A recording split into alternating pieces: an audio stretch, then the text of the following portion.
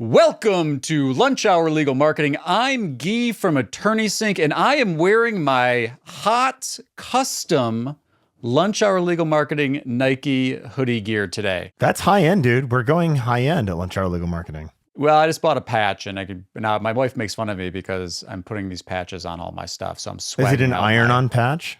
It's an iron-on patch. Why are you laughing? I love that. That's great. That's a commitment. Well, it's not a Velcro, right? It's not a pin. Hey, you know what? We're here at Lunch Hour Legal Marketing. We are on budget, and so it's cheaper for me to turn my Nike sweatshirts into Lunch Hour Legal Marketing gear than to buy one for every day of the week.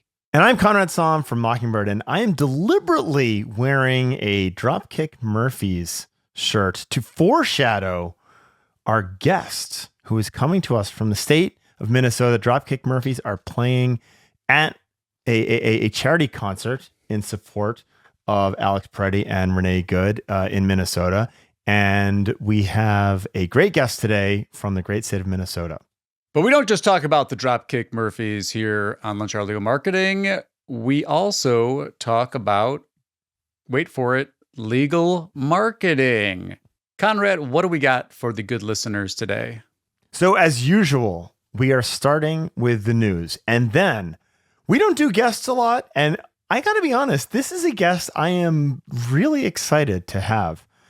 Rich Ruohonen is joining us. The oldest U.S. Olympian has just returned from Italy, and he is a personal injury lawyer out of Minnesota, which is why we're talking about Minnesota so much, and the Dropkick Murphys, and has also made some great statements, great political statements about the importance of the rule of law. When we come back, we'll start with the news. Music!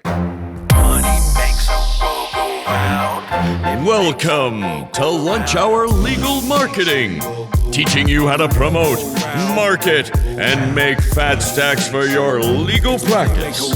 Here on Legal Talk Network.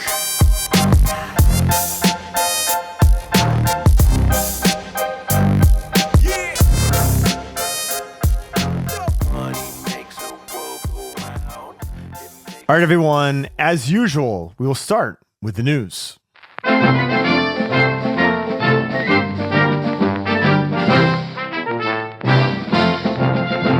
All right, Gyi, I believe this was sent to you by our good friend Delisi Friday. United States versus Hepner. What's going on? Yes, for everybody that is uploading or asking ChatGPT about what they should do after they commit a crime, don't do it because you do not have privilege. I think there's some nuance here. There was some good coverage of this by the folks at Clio and distinctions between like using free ChatGPT and legal-based AI technology.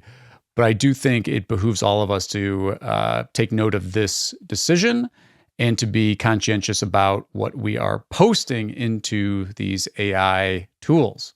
And while we're talking about AI and what we're pasting into these tools, some of what is coming out of these tools is just as disturbing. We have enjoyed a little schadenfreude with some lawyers' abuse of AI in the court systems before. This one coming out of Australia, a lawyer apologizes for fake quotes and fabricated judgments generated by AI in a murder case. This is the quote from the attorney in question. "We are deeply sorry and embarrassed for what occurred," Nathwani told Justice James Elliott on Wednesday on behalf of the defense team. "The errors caused a 24-hour delay in resolving a case that Elliott had hoped to conclude on Wednesday." This is a murder trial involving a minor. So don't do that. Come on, guys. You know better. In other news, we got a hot tip from Brooks Derrick. Thank you, Brooks, for being a part of the community and bringing this to our attention. But a South Carolina lawyer was indicted for stealing money from the firm and clients. And Brooks brought to our attention that he was trying to, as he was hearing about this news story, he was going to try to figure out if it was someone that he knew. And he noticed that this lawyer's is an AV Preeminent Peer Rating Review 2026 from lawyers.com award, even though his license was suspended in 2024. And wait, so can you just say that again? I don't understand here? how that works. This is an AV rated lawyer who does not have a license? That's what it's looking like. I haven't validated the facts on this, but you can go search for this yourself because it's. I believe this if you would listing is like to still search live. for it, Yes. the name of the lawyer involved is William Christopher Swett, Swett, who fraudulently obtained at least $1.5 million, sorry, and is going to go to federal prison for 20 years. But apparently, is it Martindale still thinks he is an AV-rated lawyer, even though he lost his license 2 years ago? Yeah, I believe this is on lawyers.com, which is it's in the internet brands portfolio of Avo, Martindale, lawyers.com, and a bunch of other stuff. So, again, I think, what do we take away from this? Like, I think lawyers know that a lot of these review platforms aren't necessarily validating and keeping up to date with what's going on with some of the people posted on the site. This seems a pretty low bar. Internet brands. Come on. Right? I mean, You even should Avo used to do the if they were in good standing with the state bar, if there had been a grievance filed. I mean, I should check this. That was really important. That was a really important part of what Avo did early on, was validate licenses and discipline and those types of things. That Avo was a 2006 launch. We are now in 2026. 20 years later, you guys can't get this right. Shame on you. And if you're looking for some marketing positioning or creating social posts, maybe this is something that you educate your local community about in the unreliability of many of these award and just the problem of online reviews in general. And Gyi, we are really excited to start announcing speakers for the Lunch Hour Legal Marketing Summit, which you can get your tickets at lunchhourlegalmarketing.com. Who's our first speaker that we're talking about? We are very excited to announce that Gyi Ruohonen will be joining us to present at Lunch Hour Legal Marketing. He's the first speaker that we'll be announcing. Stay tuned for future announcements. And as Conrad mentioned, please go grab your tickets at lunchhourlegalmarketing.com or submit a Fry Ignite talk. We are still reviewing legal marketing talks if you're interested in joining us and speaking at Lunch Hour Legal Marketing Summit in August. Hey, Gyi, where can they submit those? lunchhourlegalmarketing.com. And if you are watching us on YouTube, please like this video or do us one better and subscribe. We'd love to hear from you. We like to engage in the comments. And if you like this episode, check out this other episode where Conrad and I rock the boat. And we're very excited at Lunch Hour Legal Marketing here to have our first ever Olympic guest, Rich Ruohonen, the oldest American to ever compete in the Olympics. Rich, thank you for joining us. We are really, really excited to have you. My pleasure. I'm looking forward to it, guys. Would love to hear more about the story. How did this happen? The ins and outs. You've been doing this for a very, very long time. Give us the story of your Olympic journey. I played in my first Olympic trials when I was 17 or 16 years old in 1988. It was a demonstration sport back then, and I missed making the final 24 in the country by the last game. And I played in 92 and then had law school and college made things a little bit different. I kind of took a little bit of a step back, but I still played. In curling, the way it works is there's a world championship every year and a national championship. And then you have an Olympic trials every 4 years for the Olympics. So the ultimate goal is obviously to make the Olympics, but going to worlds and winning national championships is great too. I won in 2008. In 2018, I won the national championship. Every 4 years with the Olympics, I took second a few times and third and fourth, but never quite cracked that gold medal in the Olympic trials until this past November. I was after I lost it 4 years ago. My partner, Jamie Sinclair, and I in mixed doubles lost on last shot to go to the Olympics. Really disappointed and devastating, to be honest, because I thought it was over. You're 50 years old. Who's going to take a 50-year-old guy? Right. Most people retire in curling in their, at a minimum early 40s. And then so I pretty much thought it was over. After that Olympic trials, one of the guys who's on our team now, they were a junior team. Their skip quit on them at right before nationals. So they asked me to play for them, come in and skip for them, which is the quarterback of the team, the guy that's down at the end calling the shots.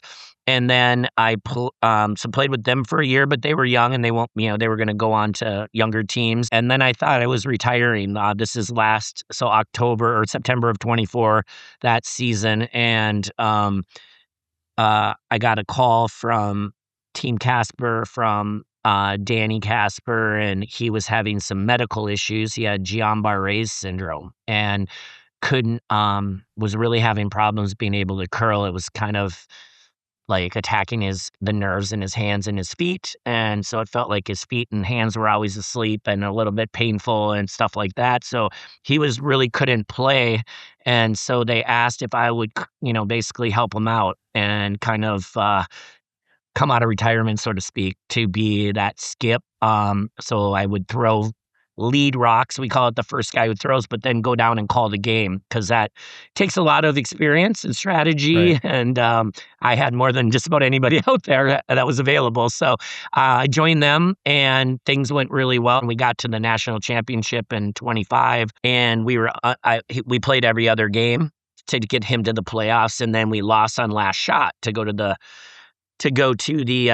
the national championship and be able to go to the world championships. And so they asked me to stay on for the next year for the Olympics. Now, Danny was getting a lot better. He still has some issues, but he's able to curl now pretty much full time. So I kind of became more of an alternate role and a mentorship role. And we have a coach, but also helping with that strategy and coaching kind of stuff too. Things were going pretty well. I could play if I needed to, but goal was ultimately just to win the trials, which was in November, and we beat unseeded Team Schuster. I'd won 5 in a row, including beating me a bunch of those times on my other teams. And Right. But the worst part about it was usually when you win the Olympic trials, you're automatically in the Olympics in curling. But our team needed to finish, the team that beat us the year before in the final needed to finish 10th or better at Worlds to automatically qualify for the Olympics, and they finished 11th. So then we had to go to this thing called an Olympic qualification event, which we played in Kelowna, British Columbia, and we had to take top 2 or we don't go to the Olympics. So you want to talk about pressure? That's probably more pressure than the Olympics, because you're at least there, right?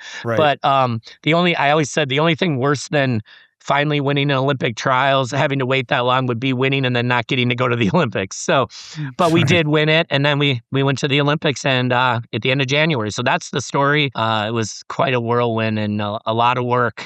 These guys wear me out, but it's fun. A lot of people don't know, but I leave my house at 5:15, 3 or 4 mornings a week to drive 30 miles to go to work out at the Vikings facility at Twin Cities Training House. And because we have a trainer and stuff, and then you go work 10 hours and then try to practice at 9 o'clock at night some days. And every weekend when we're not playing, we're practicing for at least 2 hours a day, and a lot of times more than that.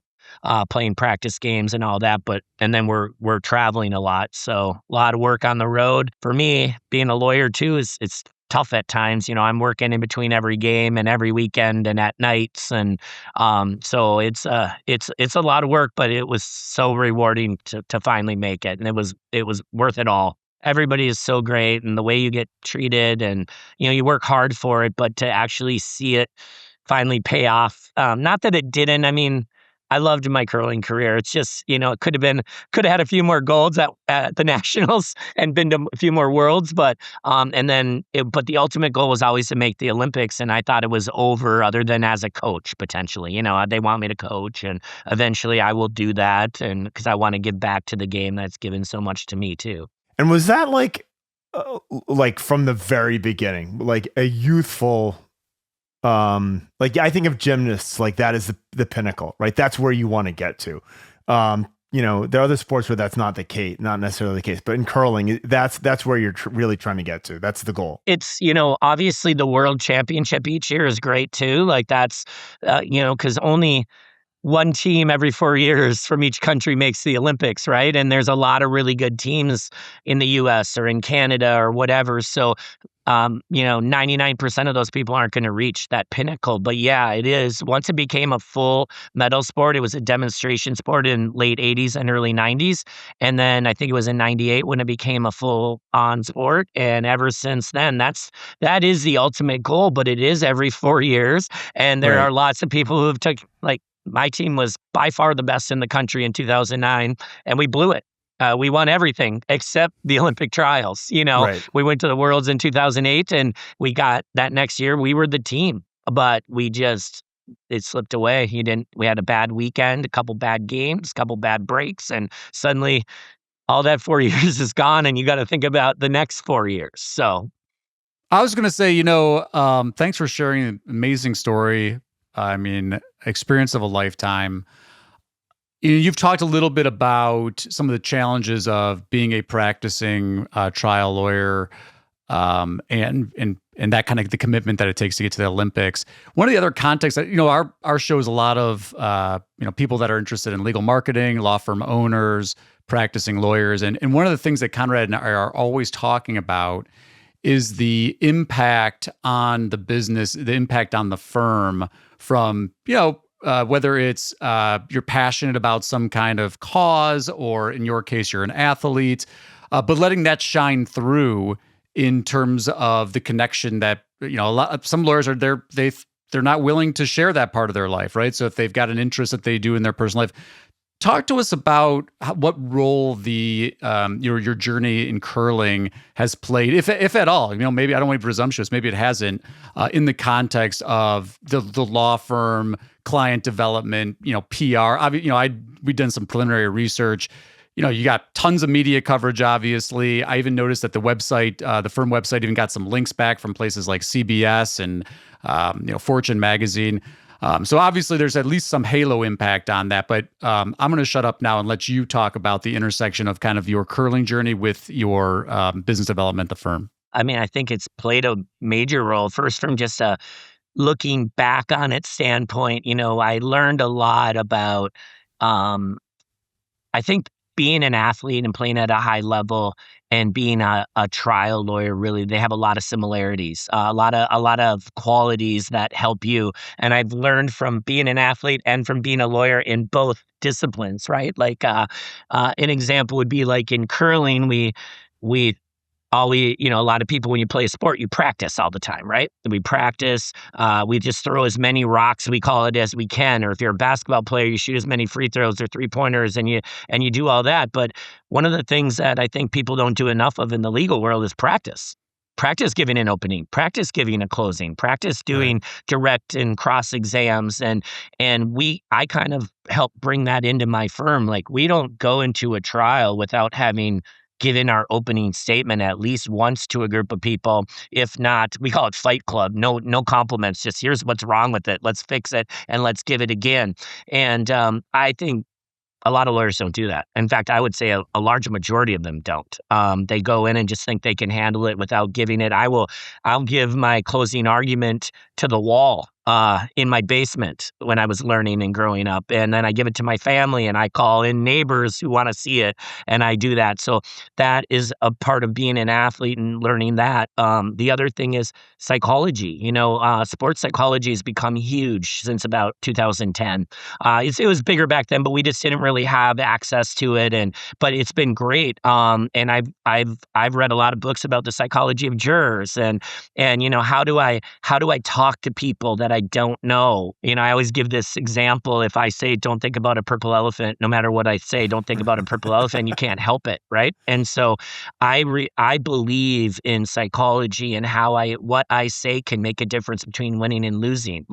And the purple elephant example is I'm a personal injury lawyer, as you guys know. And if I'm in a trial, I'm not going to say my client, Mr. Jones, didn't run the red light, because they're going to see him running the red light. I say my client, Mr. Jones, had a green light, and Mrs. Johnson over here, she says she didn't run the red light.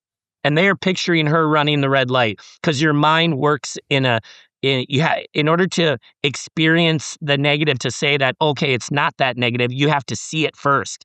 That's how the mind works. I'm telling you. And so I'm very careful about what I say. And, we don't call things accidents, because accidents means nobody's at fault. We call them crashes and collisions, right?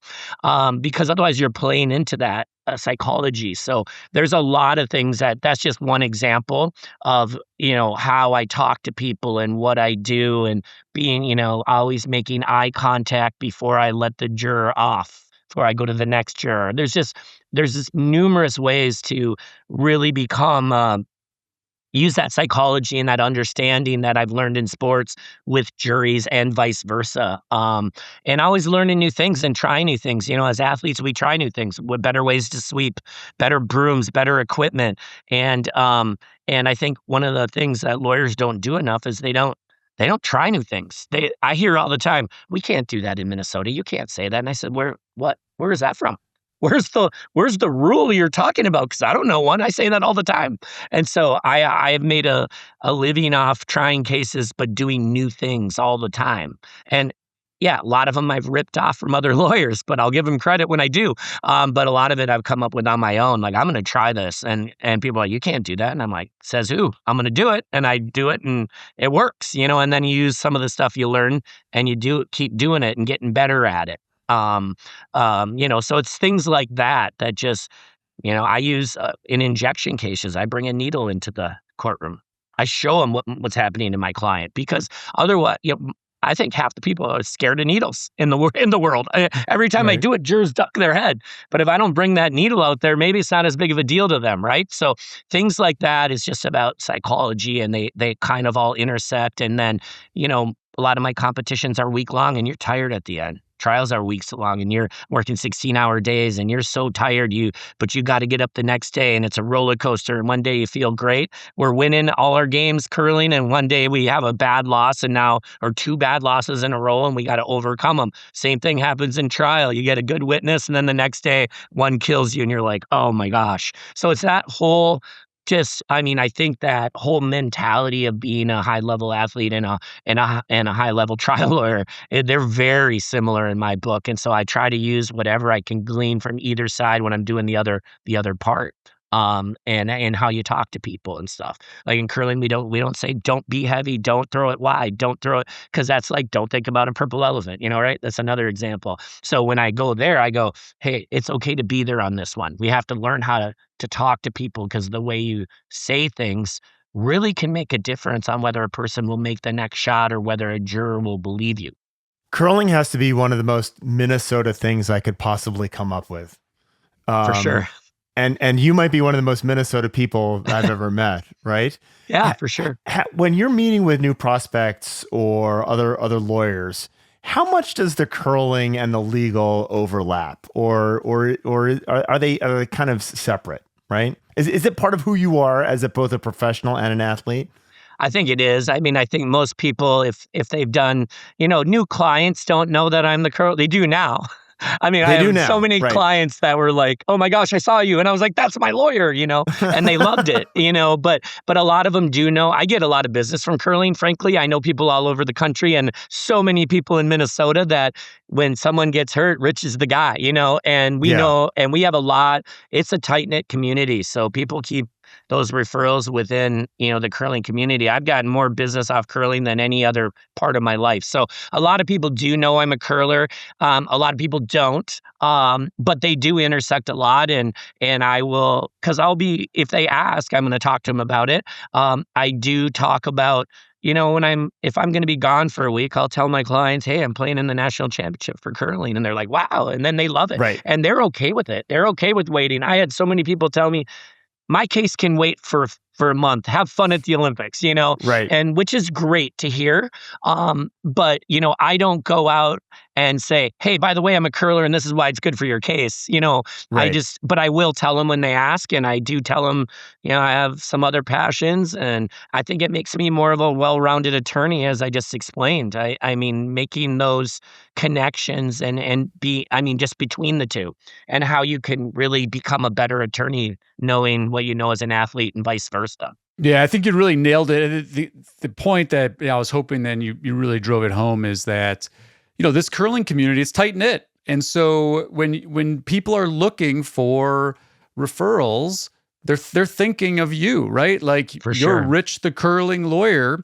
Mm-hmm. And we try to communicate that in other contexts. And the other thing that we always say is like, you don't have to be an Olympian. You find that thing that you're passionate about and participate in that community and commit to that community, and the community pays you back, because it is still a relationships and reputation business to a large extent. And for sure. And we also do a lot of charity work through curling and my firm. And so a lot of that is through at TSR, we sponsor a lot of events. We have a lupus fundraiser for lupus research from someone that I know that's really passionate about that. We have I'm playing in 2 weeks in a tournament called the House of Hearts up in Duluth, where we raise money for kids who wouldn't eat on the weekends if they didn't have a backpack full of food come home with them every Friday night, and they bring it back on Monday and it's filled again on Friday. And those are real passionate things, and we donate our time.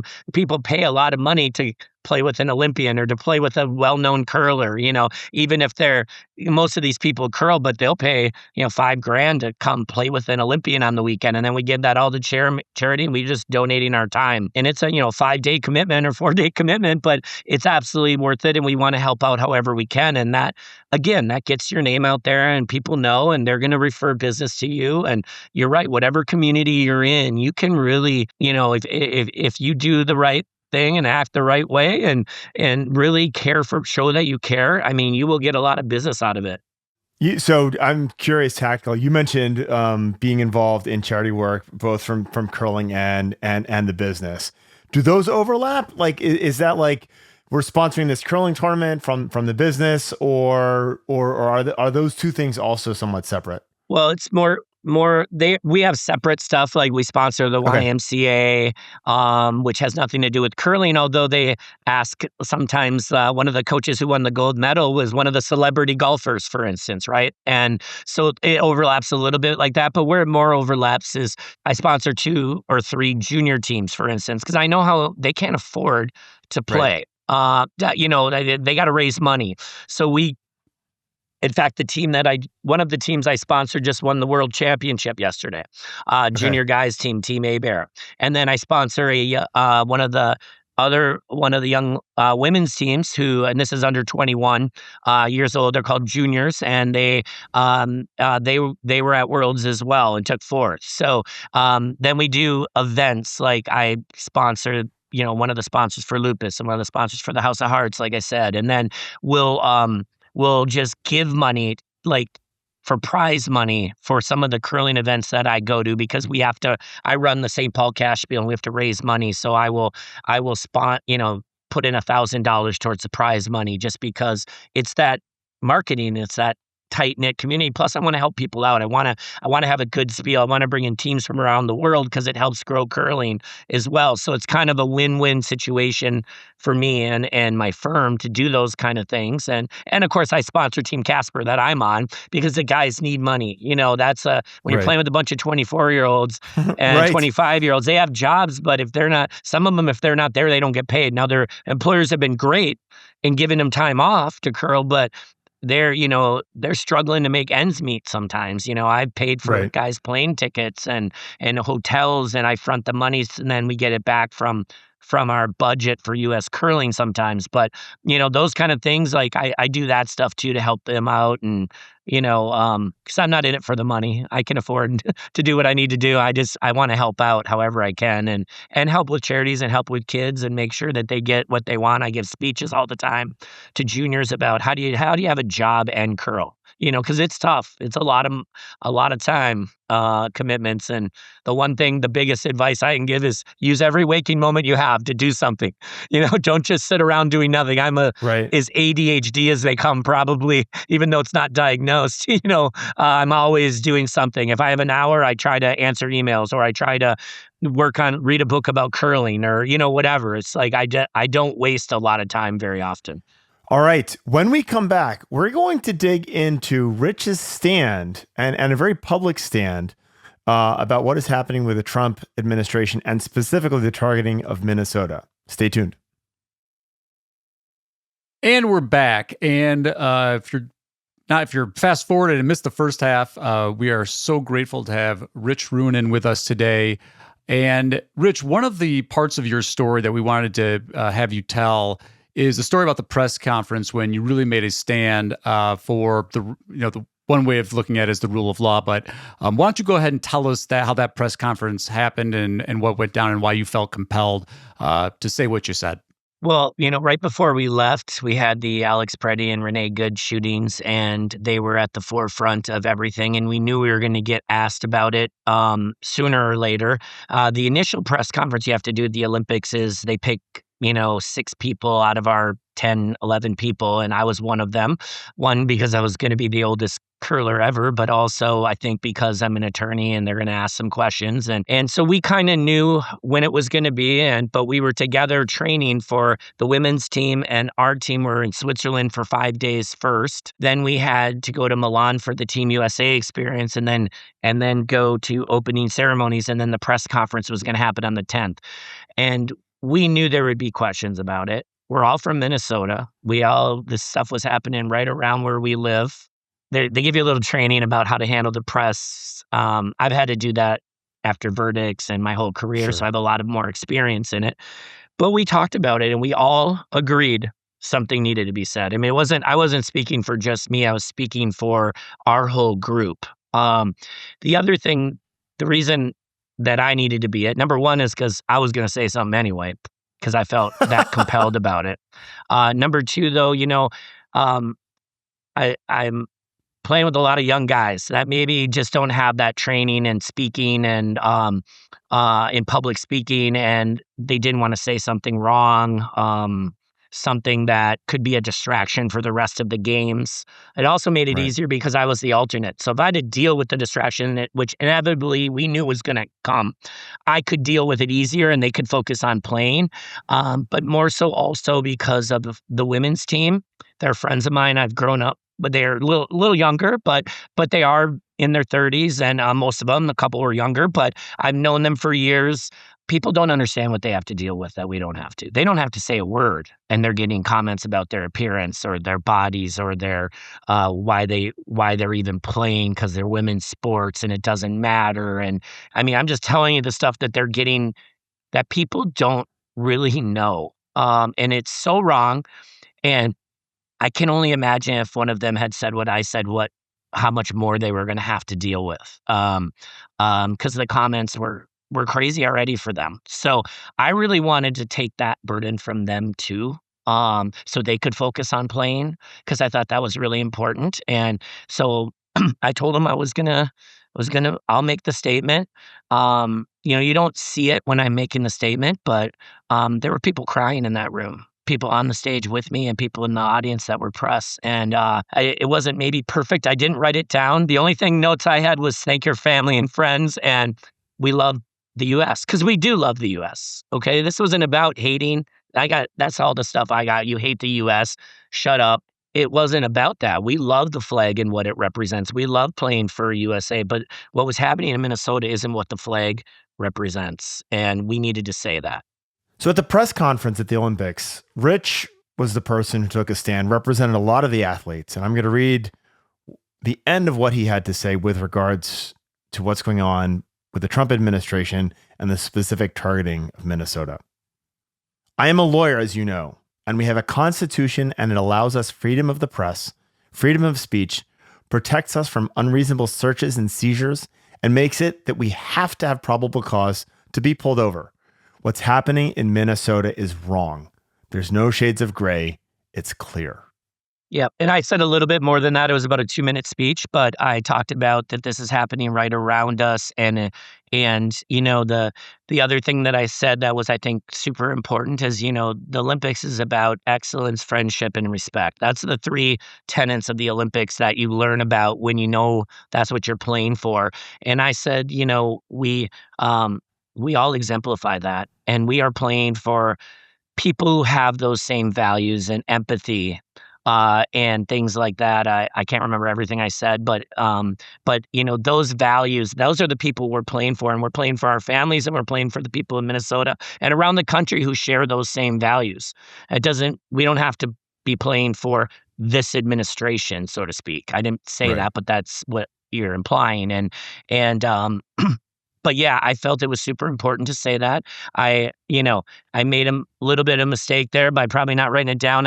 I know you need reasonable articulable suspicion to be pulled over, and then they have probable cause. So everybody was like, oh, he doesn't even know that. Okay, fair. I made a mistake there. But I wanted to talk about freedom of speech, because it's not really free if you have to sit in the back and sit in the locker room and give that speech. Then it's not free. Nobody hears it. And that's what they want. It's amazing at how they claim they love freedom of speech until you say something in public. Then they want you to shut up. And I'll give you an example. 2 days after I said this, I was having more interviews and doubling down on what I said and standing by what I said, because people are like, do you have any second thoughts now? Because I started getting death threats. I had people saying, I hope your daughter and wife get raped and killed by Somalis. And I read a couple of that out loud on one of my interviews, the swear words and what they're calling and ripping on women. And, you know, even though it was me that said it, the watch your back in Italy. And I will say this, we did have a security team that immediately checked on those people to make sure they weren't in Italy, to make sure they weren't in Minnesota. Right. And, most of them were living in a trailer in the middle of Texas somewhere and couldn't even afford to get to Minnesota if they wanted to. But it was a little scary, more for I expected it, but my family got a few things and we had to report, send those to their security team. And like I said, they took care of us. They know instantly someone tried to dox me. My address is out there and stuff anyway, but they were put it out there. And I was worried someone might go trash my house because I wasn't at home and or steal stuff. And they had a program that immediately deleted it anytime it was put out on the internet, on social media. So, they took care of us. So I want to say thank you for that help. And the Brooklyn Park Police drove by my house a little bit extra.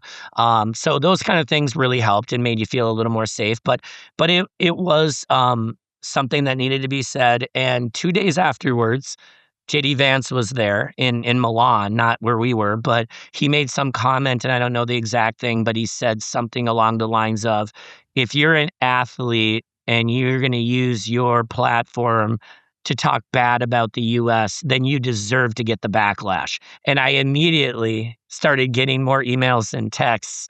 Again, it was like he was talking to people to tell them to do it. And I just think I don't think that would happen from just about any other administration, Republican or Democrat, in the last 30 years that didn't have Trump in it. I don't think that they would say that. They would say something like, you know what? They can say what they want. I don't agree with them, but that's why we have freedom of speech in this country, and that's why this country is so great. And I don't have to like it.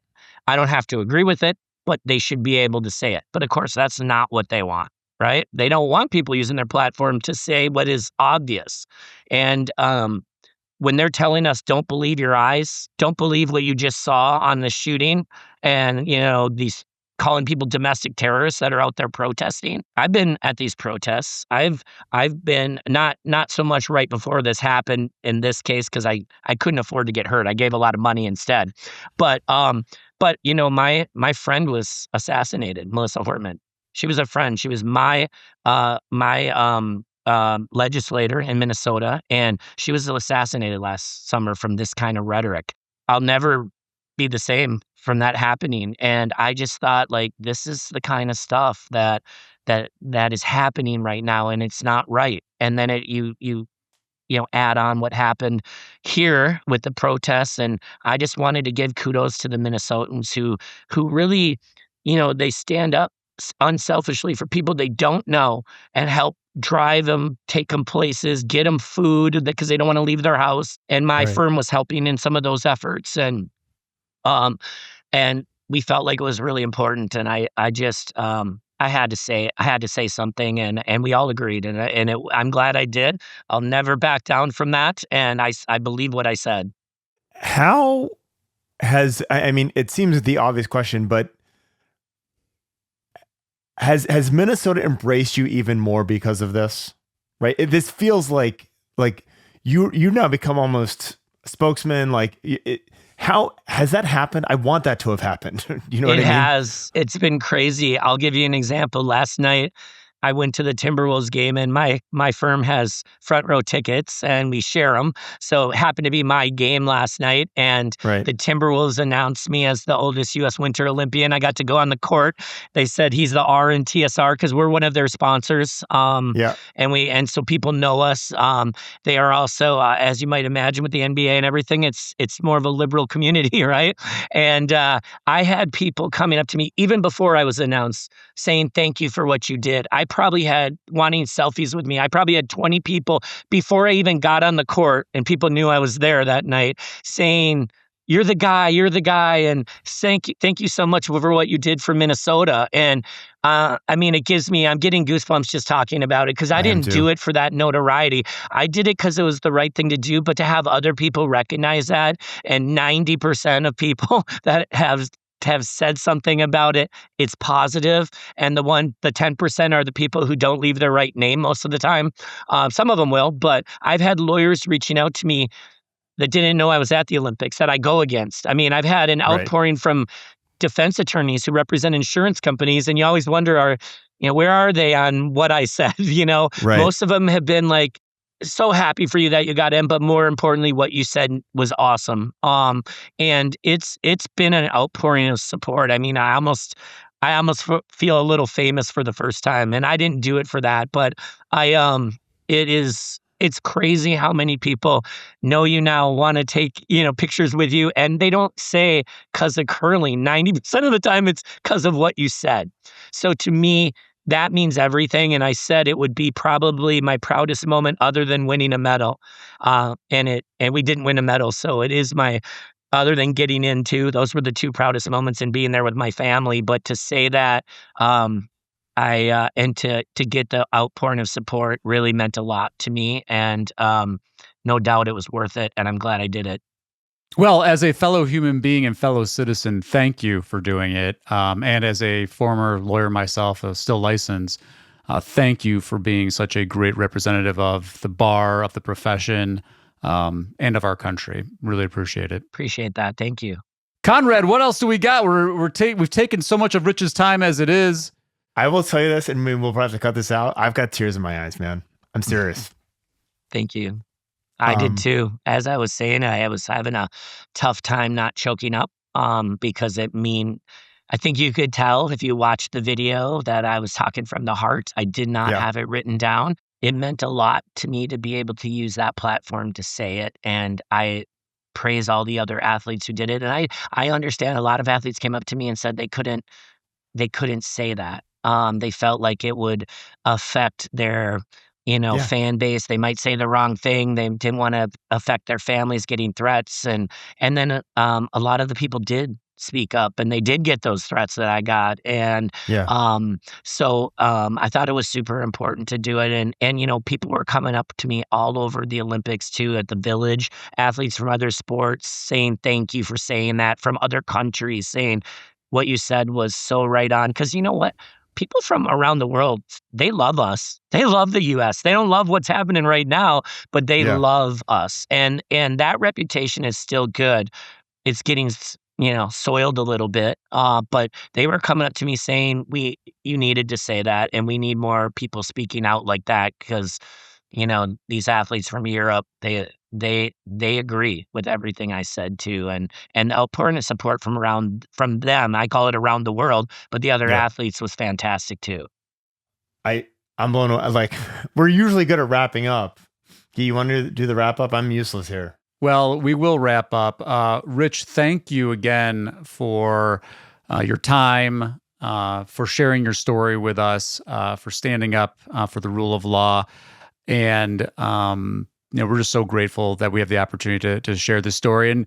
And for listeners that are stopping by here, we drive this point home all the time, but I think Rich is just such a great example of, how you can be in the marketplace as in this case, a plaintiff's law firm, plaintiff's lawyer, but also be known for something else, and for, standing up for the rule of law, because at the end of the day, we are in the business of the rule of law, right? It's not just, some kind of high-minded activity. It also goes directly to the profession and the practice and the business of law. And so thank you, Rich. And if you just landed here but you've never heard of Lunch Hour Legal Marketing before, please do hit that subscribe button. If you have topic ideas, if you've got other suggestions for us, we'd love to hear your feedback. Please do go in all the places that Lunch Hour Legal Marketing is. Until next time, Conrad and Gyi for Lunch Hour Legal Marketing saying farewell. Money makes a it makes a world go round. Money makes a world go round. Yeah, money make a world go round. Money makes a world go round. Yeah, money make a world go round.